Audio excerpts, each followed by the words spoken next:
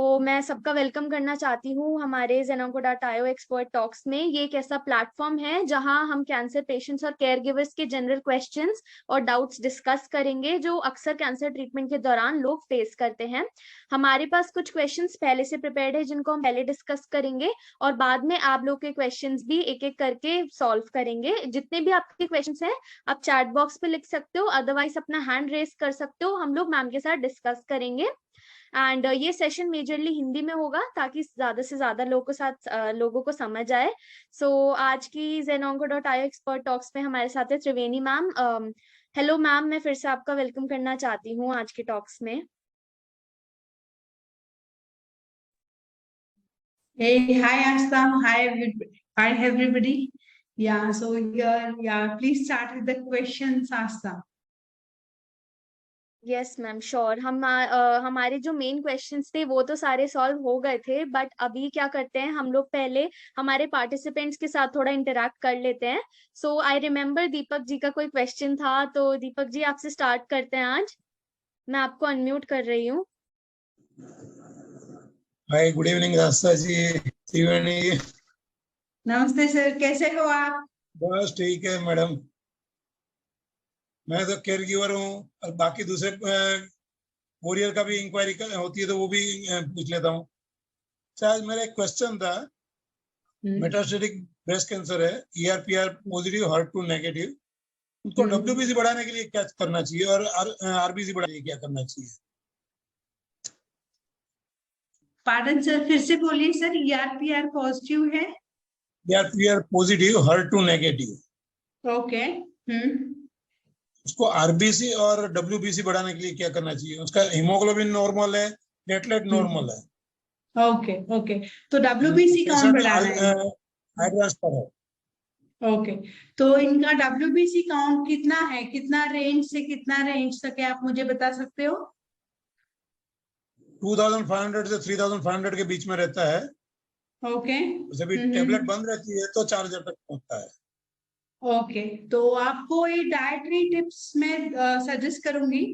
जैसे आपका ये पपीता का लीव्स जो होते हैं, पपाया पेड़ का जो टेंडर लीव्स होते हैं, वो 5 या 6 उसको पहले क्या करना है, अच्छी तरह से पानी में साफ करना है उसको, ठीक है। और उसको उबलता हुआ पानी में वो डाल के गैस को कट ऑफ करना है और वो पानी में आपको 2-3 मिनट रखना है, क्योंकि उनमें जो कीटाणु वगैरह होता है वो मर जाता है, ठीक है, अगर आप इस तरह से फॉलो करेंगे, ठीक। और वो पत्ते को आपको निकालना है और उसका जूस बनाना है, मतलब काढ़ा, उसको पेस्ट करना है। और वो 2-3 चम्मच का आ जाता है, वो पेस्ट आप लोग जो करते हो, वो आपके वाइफ को सुबह 2 चम्मच या 3 चम्मच दे सकते हो। अगर ज्यादा प्लेटलेट्स का कमी हो रहा है तो दिन में 2 बार दे सकते हो। ओके, 1 हफ्ता के लिए ऐसे पपीता का लीफ का जूस देना है, ठीक है। दूसरा हफ्ता ये जो ध्रुवा ग्रास जो आता है, ध्रुवा ग्रास, उसका भी आप जूस निकाल के दे सकते हो। और एक है पारिजात का लीव्स, पारिजात पेड़ जो आता है, जो फूल व्हाइट कलर का होता है और उसका डंडा ऑरेंज कलर का होता है, उसके पत्ते का भी आपको, उसके पत्ते को लेना है और इसी तरह काढ़ा बनाकर देना है। चौथा जो है वो आपको जो तुलसी के पत्ते होते हैं उसका भी ऐसे ही काढ़ा बनाकर देना है। हर एक हफ्ता एक वैरायटी का पत्ते का जूस देना है, वो रिपीट करना है। ओके, उससे उनका प्लेटलेट्स बढ़ेगा और साथ में उनको क्या करना है, विटामिन C रिच फूड्स भी देना है। जैसे आपका आंवला का जूस हो गया, या आपका अमरूद खा सकते, कच्चा अमरूद में बहुत सारा विटामिन C होता है। पाइनएप्पल दे सकते हो, ऑरेंजेस दे सकते हो जिनमें विटामिन C ज्यादा रहता है।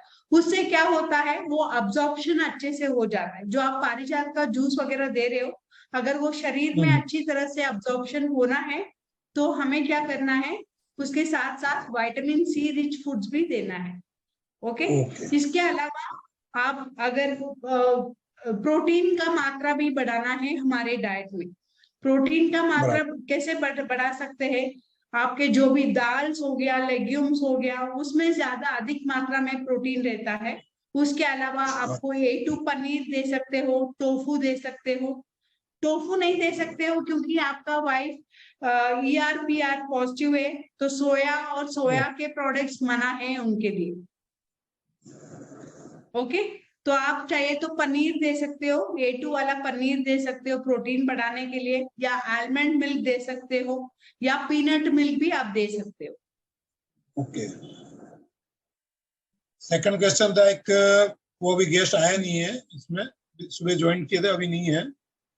उनका भी सेम था, ये तो MBC है, उसको वो पूछ रहे थे कि भाई वो लेपेटाइनिब पर है तो वो हाई विटामिन डोज ले सकते या नहीं ले सकते हैं, विटामिन C डोज। हाँ हाँ, तो आपका क्वेश्चन ये है सर, मुझे समझ में नहीं है आपका क्वेश्चन, आप दोबारा रिपीट कर सकते हो? पेशेंट है, वो भी मेटास्टेटिक ब्रेस्ट कैंसर है, ओके। ERP पॉजिटिव है, HER2 नेगेटिव है। वो पूछ रहे थे कि high dose vitamin C infusion करते या नहीं। IV सर, विटामिन C का इन्फ्यूजन? यस, या सर वो हमें जानना चाहिए, ये क्वेश्चन हमारे ऑन्कोलॉजिस्ट डॉक्टर्स ही बता सकते हैं। चाहिए तो आस्था आपको रिवर्ट बैक करेंगे, हम लोग हमारे एक्सपर्ट ऑन्कोलॉजिस्ट से पूछ के हम आपको रिवर्ट बैक करेंगे। ओके, या ओके, या क्योंकि वो पाकिस्तान, वो पैसे पाकिस्तान से है। Okay sir, okay fine sir, then हमारे ऑन्कोलॉजिस्ट। हाँ, okay okay, thank you. Okay, thank you. Asta, please note the question so that Okay, we can consult our oncologist and we can get back to them. Yes, Okay. thank you. Thank you, sir. Thank you. I think Lalita ji भी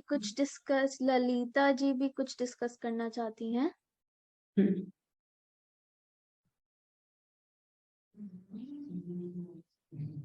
ललिता जी, मैंने आपको unmute कर दिया है।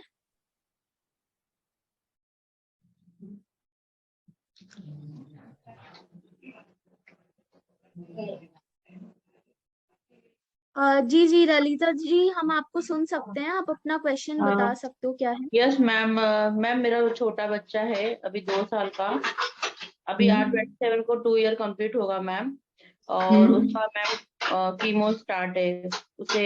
अभी हमें मालूम पड़ा 3 महीने पहले कि उसे ब्लड कैंसर है मैम। ओके। और हाँ बाबू, ये मैम मेरा बेटा है चुना। ओके, क्या चाहिए? ओके। हाय बोलो, हाय सबको, हाय। हाय बोलो। तो मैम मुझे पूछना था कि मतलब कि मुझे समझ में नहीं आ रहा मैम, मैं फर्स्ट टाइम अभी एक ऐसे ही विजिट की, तो मुझे कुछ समझ में नहीं आ रहा है, मैं क्या पूछूं क्या बोलूं, तो कुछ प्लीज मैम कुछ गाइडेंस दे। और इतना छोटा बच्चा, हमने कभी सोचा नहीं था कि इतनी बड़ी बीमारी मतलब इतने छोटे बच्चों को भी होती है। और हाँ बाबू, देगा। देखिए, बच्चों में बहुत चैलेंजिंग होता है क्योंकि उनका इनटेक बहुत कम होता है डाइट रिलेटेड, राइट? तो अगर हम अच्छे से गाइड करेंगे बच्चों को, अगर अच्छे से डाइट वगैरह फॉलो करेंगे, तो बच्चों में हम लोग देखते हैं कि बहुत अच्छा रिजल्ट्स आते हैं, क्योंकि उनका अभी ग्रोइंग स्टेज होता है, तो उन ग्रोइंग स्टेज में रिकवरी बहुत जल्द से जल्द हो जाता है। तो उसके लिए हमें राइट चीजें खिलाना चाहिए। Okay, we have to give him right food, anti inflammatory foods को अवॉइड करना चाहिए, और उनको एनर्जी लेवल्स बढ़ाने के लिए, उनका कैल्शियम वगैरह चेक करने के लिए, वो सारा चीज हमें एक्चुअली कस्टमाइज करके डाइट प्लान देना चाहिए। ऐसे छोटा बच्चा है, जनरल डाइट चार्ट तो सूट नहीं करेगा उनको, तो उनका ब्लड पैरामीटर्स वगैरह मुझे रिपोर्ट्स देखना है, उसके बाद ही उन्हें कस्टमाइज करके मैं आपको सजेस्ट कर सकती हूँ। ओके, आप चाहिए तो हमारे एक पीसी टीम से आपको कोई अप्रोच करेंगे, आप कंसल्टेशन के लिए मतलब बुक कर लीजिए, फिर then we can have 1-to-1 consultation हम कर सकते हैं, वेर आपके बेटे का पूरा रिपोर्ट्स और हिस्ट्री वगैरह देख के फिर मैं आपको कंसल्टेशन कर सकती हूँ। डाइट से पूरा ये क्योर हो जाएगा? जी, अगर ट्रीटमेंट के साथ अगर आप डाइट वगैरह फॉलो कर रहे हो, देर आर मतलब बहुत चांसेस है उसका रिकवरी में, क्योंकि बच्चा अभी छोटा है, उनका रिकवरी बहुत फास्ट से होगा, राइट? इसीलिए मैं कहती हूँ आपको इंटीग्रेटिव ऑन्कोलॉजी भी स्टार्ट करना चाहिए with the line of current treatment what ever you are taking. Okay ma'am. Okay ma'am, thank you ma'am. Thank you. या थैंक यू मैम डिस्कस करने के लिए। We have Priya Darshani ji also, she wants to discuss something. Priya Darshani ji, मैंने आपको unmute कर दिया है।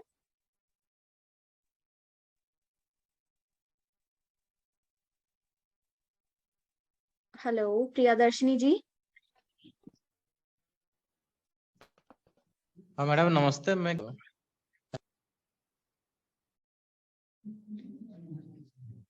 Sir मैंने आपको अनम्यूट करा हुआ है, आप बात कर सकते हैं।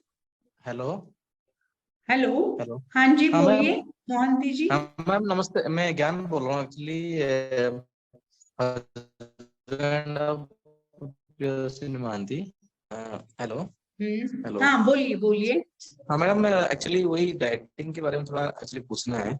एक तो मैम वाइफ का ओवरियन कैंसर है, ओके। जो कि ऑपरेट हो चुका है अभी, और उसके बाद कीमो भी खत्म हो गया है। मतलब अपना बेसिक मतलब ट्रीटमेंट हो चुका है। तो अभी मैडम क्या मतलब डाइट फॉलो करना है, एक बार बेसिकली बता दीजिए। हाँ बेसिकली मतलब बहुत सारे ऐसे चीजें होते हैं जो एंटी कैंसर डाइट में आपको फॉलो करना चाहिए। अभी उनका रिसेंटली कुछ ब्लड टेस्ट वगैरह किया है क्या आप लोगों ने?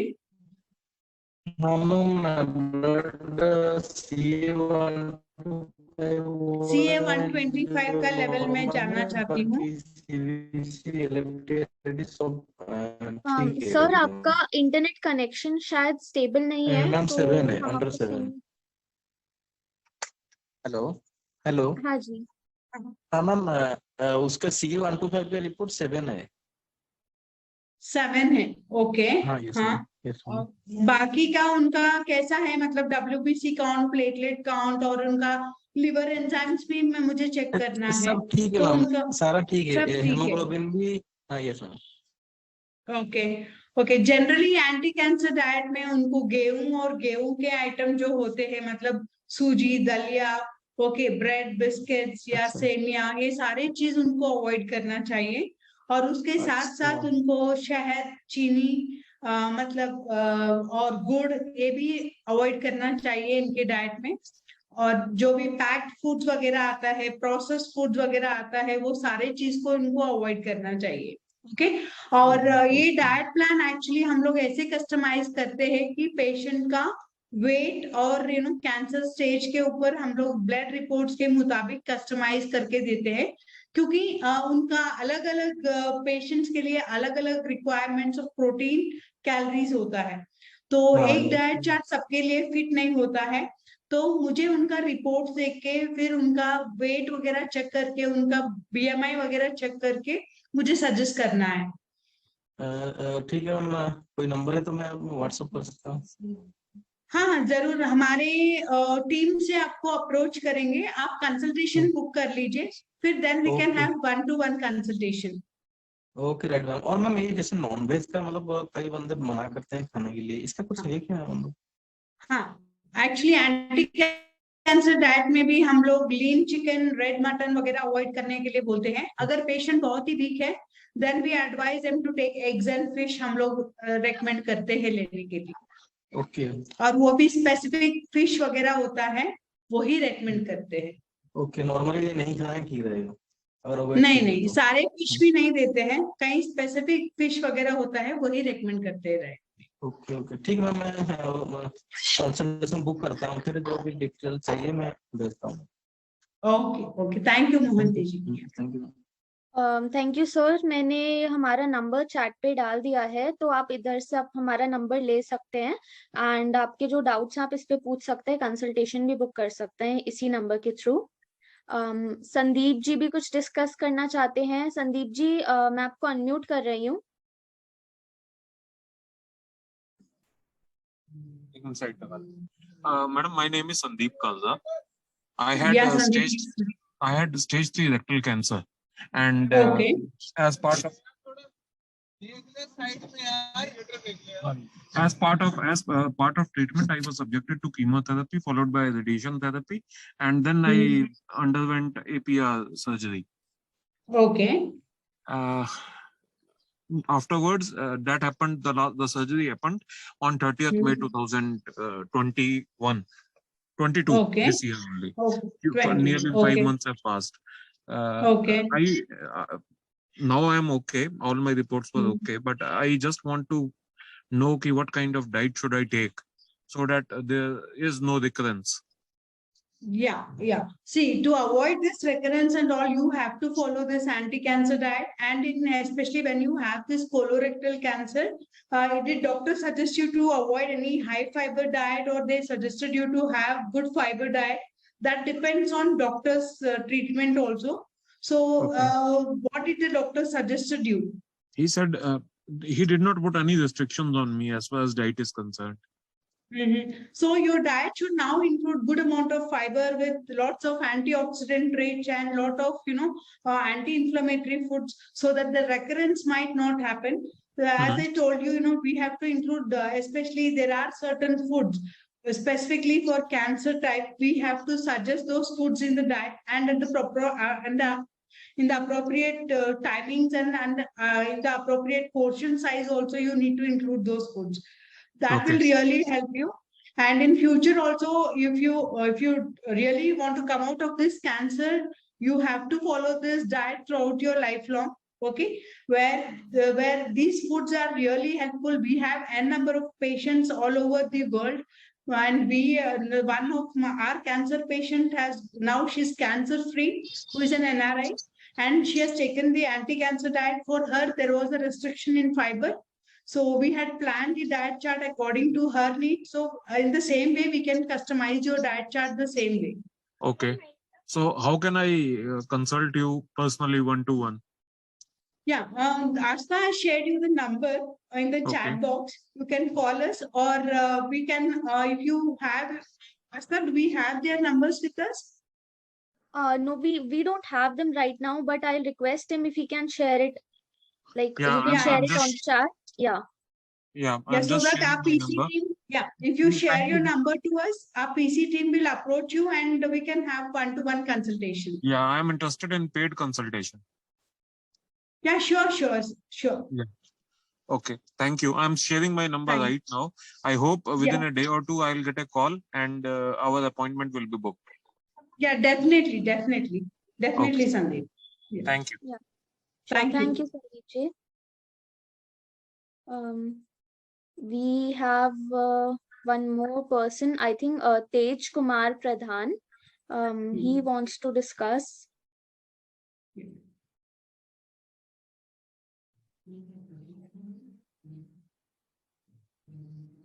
Hello. Hello, Tej Kumar ji. Good evening, ma'am. Good evening. Yeah, please tell me, what are your queries? Ma'am, the thing is I am stage 4 adenocarcinoma, lung cancer. But recently I went to my treatment place is CMC Vellore. Recently I went for my treatment. I mean, the follow-up checkup, it was like, number one, I don't know what exactly this means, but no evidence of metabolic activity. What does this mean?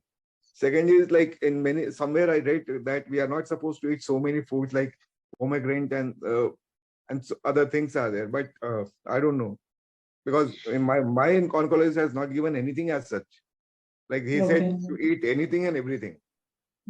No, sir. Basically, in lung cancer patients, what we generally suggest our patients is to go low on carbohydrates and high in proteins and fats. That too in a good fats. The combination depends on your body weight and the calorie intake. Okay, and your metabolism also. So we have to calculate according to your needs. And if you have any other comorbidities like hypertension, diabetes, okay, and if you have any renal parameters also abnormal, we have to consider all those things into our list, and then we need to plan a diet plan. It's not like general diet plan suits everybody. Looking at all their blood reports, I need to plan the diet. Okay, so it's not that like easy to tell you, just go on the low carbohydrates, protein should be high and fat should be more. But looking at all the parameters, we suggest the diet plan. But the thing is, ki, like recently, I mean, in the month of September only, I had my follow-up checkup, and then everything was very, very normal. Means everything is, my weight is also for 70 kgs. So everything is very normal. Right? Okay. But the thing is, the back of the mind, there is a problem thing like what to eat, what not to eat. Right? Yeah. So better you take a consultation, sir, so that we can have, we will have at least 40 minutes of a consultation where we can talk in detail, explain you in detail what all foods to avoid, what all has to be included and all. So yeah, let us get connected over a call, video call. Okay. Yeah. For one-to-one consultation. Thank you. Thank you. Thank you Tej Kumar ji. हमारा number chart पे हमने share किया है, तो आपको जो discuss करना है कंसल्टेशन के रिगार्डिंग आप उस पे कर सकते हैं। अदरवाइज आप अपना नंबर भी मुझे भेज सकते हो, so you can send it on the chat itself and then हम आपसे कांटेक्ट कर लेंगे and we'll book a consultation for you. Okay, thank you. Thank you.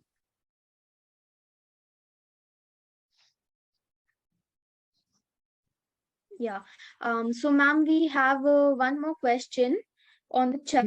Any diet restrictions for rectum cancer patient after 5 years? We need to check, the stage now. What is he? Does he have any complications? Okay.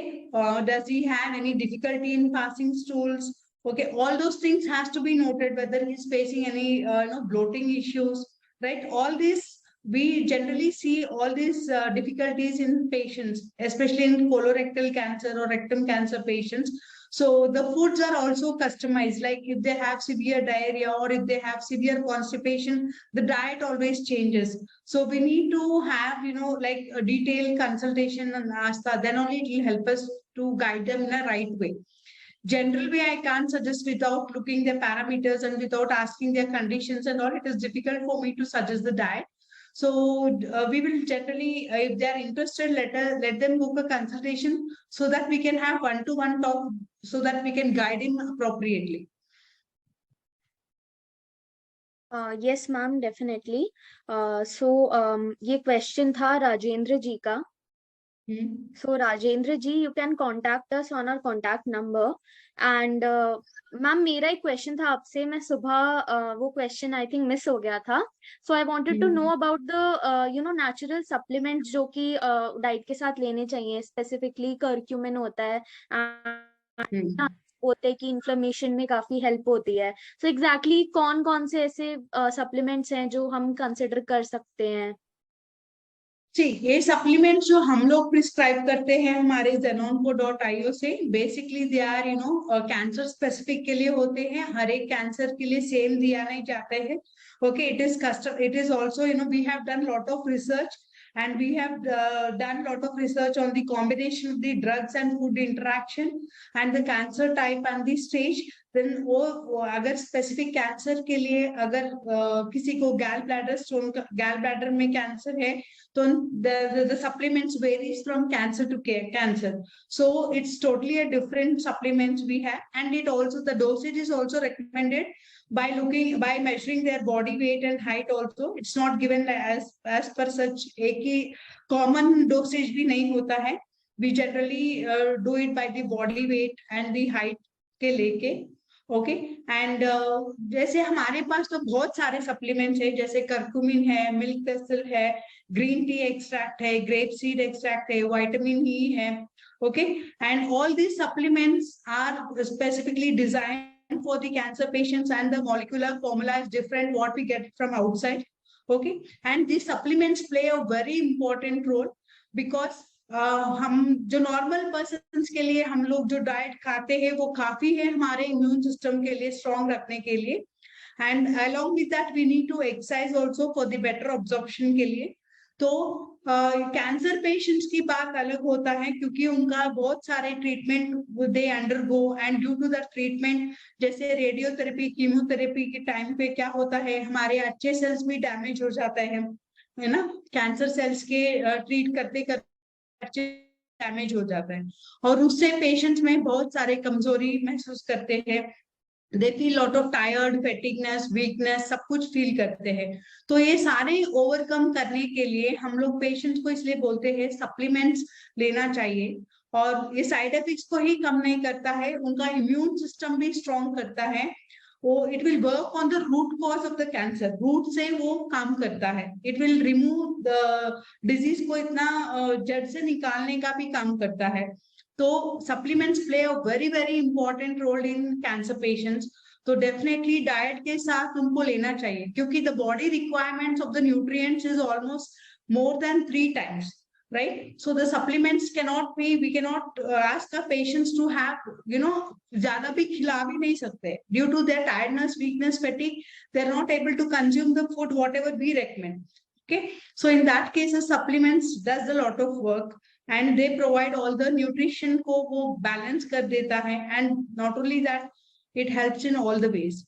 And जो patients oral tube में होते हैं या जेजिनम tube में भी होते हैं, उनको भी सप्लीमेंट लेना चाहिए। They can just open the capsule के फॉर्म में आते हैं हमारा supplement.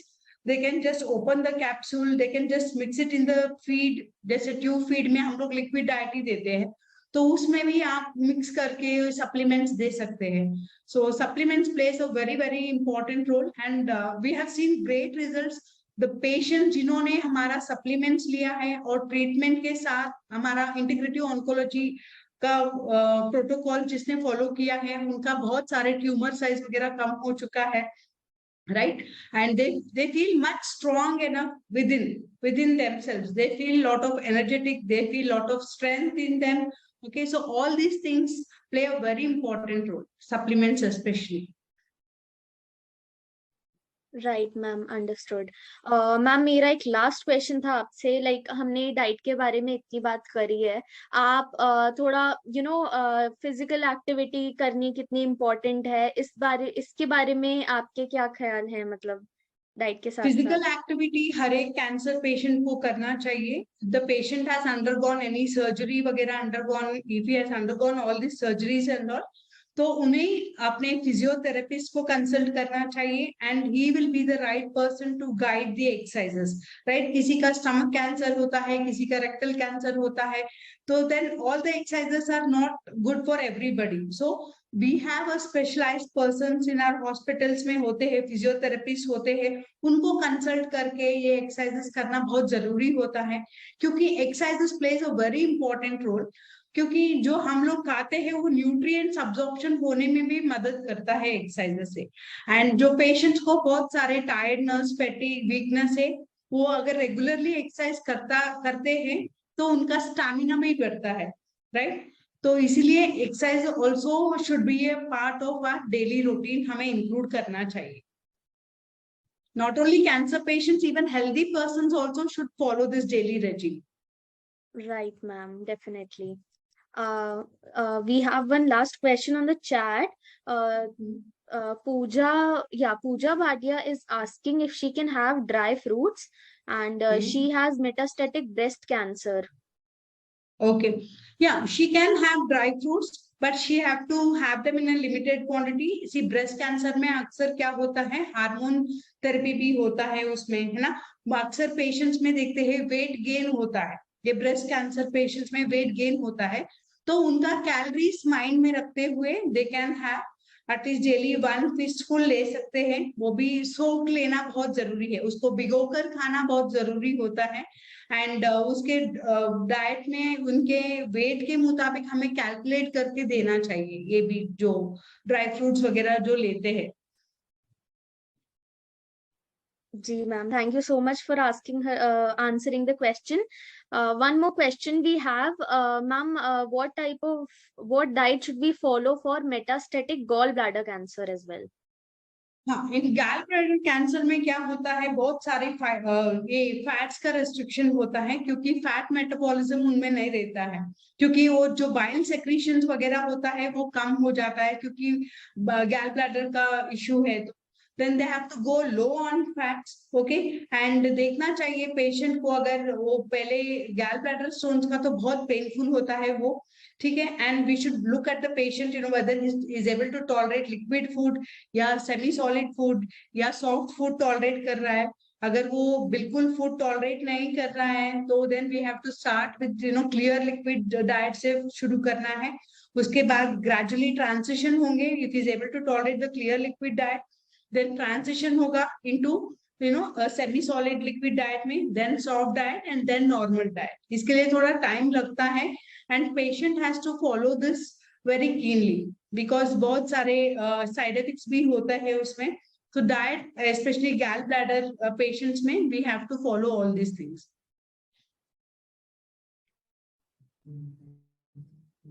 Right, ma'am. Thank you so much, ma'am, for answering the questions. And मेरे सारे questions. हाँ, we have one more question.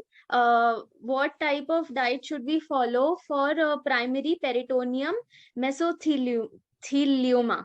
Yeah. Okay, so basically peritoneum mesothelioma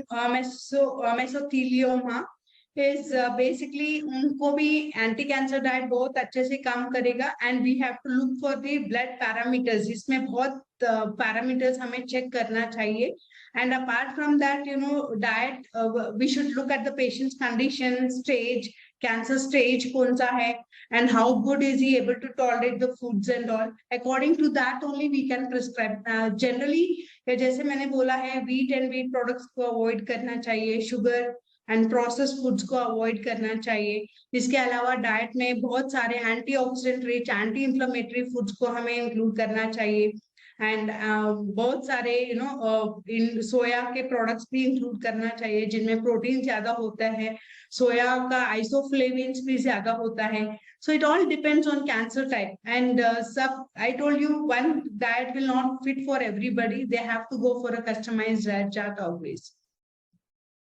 Right, ma'am, definitely. And we have one question. Any diet tips for cervical cancer? What to avoid or what to prefer? See, cervical cancer में we have to again check their CA-125 levels भी हमें check करना चाहिए and apart from that we have to look for LFT, renal parameters वगैरह।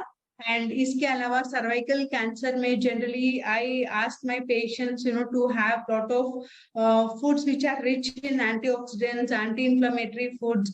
Okay, so these will really help them and there are specific foods होते हैं in patients में for cervical cancer के लिए अलग होते हैं specific foods. That also we have to check whether the patient is allergic to those kinds of foods or no. Everything check करके ही देना है। If suppose if I recommend some foods and without asking them आपको allergy वगैरह है, without knowing their history, we cannot prescribe anything that in detail the diet plan, right? Yeah. Right ma'am, definitely वो ही सबसे main बात होती है। Like even आप इतनी सारी चीजें आप बता दोगे बट व्हाट इफ वो चीज उनके लिए सेफ ना हो, जब तक हम पे डिटेल्स नहीं होंगी हमें नहीं पता चलेगा कि उनके लिए क्या चीज सबसे बेस्ट है एंड क्या चीज हार्मफुल है। इवन सेम जो सेम कैंसर टाइप्स होते हैं, सबकी बॉडी के यू नो ब्लड पैरामीटर्स अलग होते हैं, सबकी रिक्वायरमेंट्स अलग होती हैं। तो हमने सेम कैंसर टाइप देख के अगर कोई ऐसी रिकमेंडेशन दे दी जो एक को सेफ नहीं, जिसके लिए सेफ नहीं होगा, तो फिर प्रॉब्लम हो सकती है। That is why it is very important कि पहले सारी डिटेल्स हम पे हो, अभी हम उनको उनके बेसिस पे डाइट चार्ट दे सकें। राइट मैम, तो मैं सबको राइट तो मैं चैट पे हमारा नंबर भी शेयर कर रही हूँ एंड साथ में मैंने जैसे सुबह भी बताया था, आप सब लोग ज़ेनांको कैंसर केयर ऐप भी डाउनलोड कर सकते हो। यहाँ पे आपको जो भी क्वेश्चंस है ना, आप आस्क एक्सपर्ट्स वाले सेक्शन में जाके सारे क्वेश्चंस पूछ सकते हो एंड हम ट्राई करेंगे कि जल्दी से जल्दी जितने भी एक्सपर्ट्स हैं एंड जो ऑन्कोलॉजिस्ट हैं का जल्दी से जल्दी आपको रिप्लाई करेंगे। एंड अगर आपको कंसल्टेशन बुक करानी है मैम के साथ तो उसके लिए भी आप इस नंबर पे कांटेक्ट कर सकते हैं। ऑल्सो अगर आप लोगों में से कोई बैंगलोर में रहता है तो मैं बताना चाहूंगी, इफ यू वांट आप हमारे क्लिनिक पे आ सकते हैं, तो हम आपका मैम के साथ 1-on-1 कंसल्टेशन भी करा देंगे if you are in Bangalore. तो हमारा क्लिनिक है HSR लेआउट में। Yeah so thank you so much everyone हमारे साथ वापस से जुड़ने के लिए। सुबह बहुत सारे क्वेश्चंस थे एंड आई होप कि आज अभी शाम को भी सेशन करके काफी सारे you know questions and queries clear हुई होंगी। सो thank you so much ma'am and I hope that इससे काफी सारे cancer patients and care givers की हेल्प हुई होगी। and we look forward to having such wonderful sessions with you again. Thank you all. Yeah, thank you so much everyone. And आपके कोई भी doubts हैं, आप नंबर पे contact कर सकते हैं, उस पे doubts भी भेज सकते हैं. And hope to see you all again. Thank you so much.